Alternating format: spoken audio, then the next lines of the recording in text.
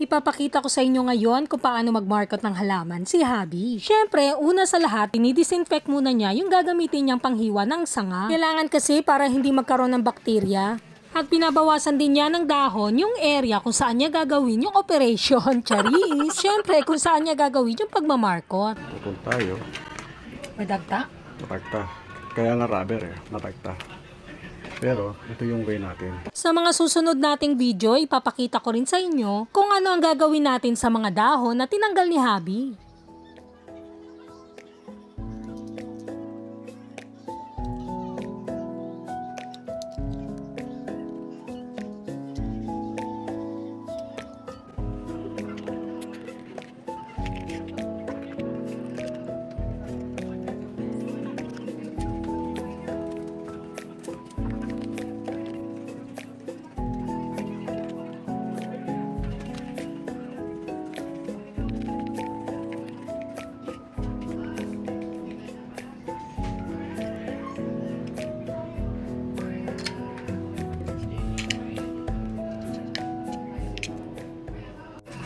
Tunasan natin.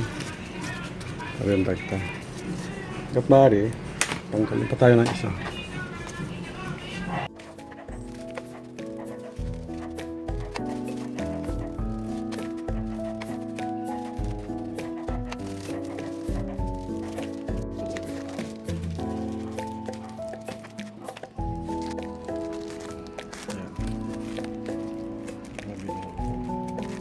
Sabahin ko ang gitna.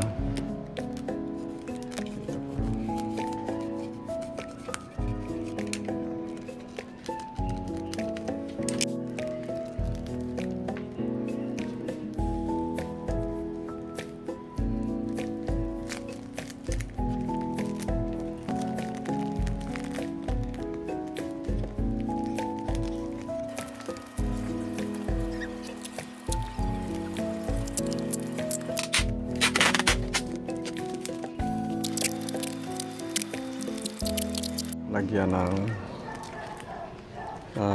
Cable tayo cable tie. para hindi matanggal. Hindi matanggal, hindi gumalaw. Yan.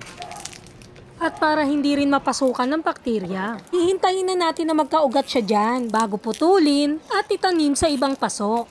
Ayan, madali lang pala ang mag-markot. Pwedeng nyo nang gawin sa mga halaman nyo. Thank you for watching!